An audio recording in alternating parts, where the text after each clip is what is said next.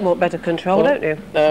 Let me give you an example. I mean, just to pick up on one point here. After the use of chemical weapons in 1988 on two major occasions in Halabja and in Badinan in Iraq. This is in Iraq? In Iraq, yes. There was a worldwide concern about it, and then somebody suggested a conference, an international conference on chemical weapons, to see ways through banning it. And in Paris they met in January '89.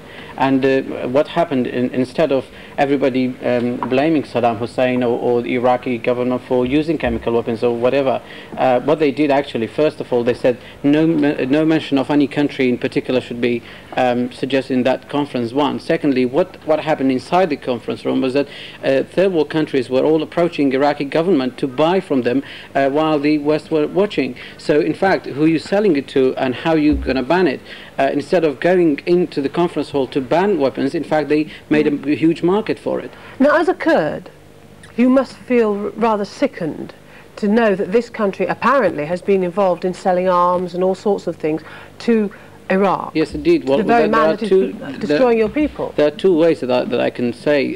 One is that the same person whom the West armed and supplied all the sophisticated weapons had turned against themselves, and suddenly he became the enemy of the supplier. But even before that, the Iraqi government, for example, Saddam Hussein has been in power or in charge for 23 years.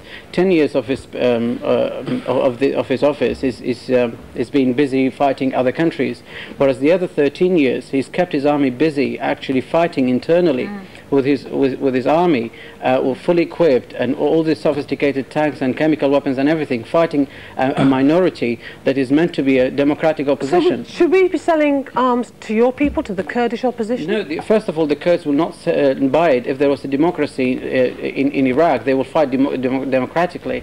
Secondly, they have never managed to buy, either because of money or because of the restrictions international. They have never been able to buy sophisticated arms that they can weaken the government with, or they can win. And I can assure you that no minority in the world at this state, as things stand now, can win over the power of any government while the government is backed by the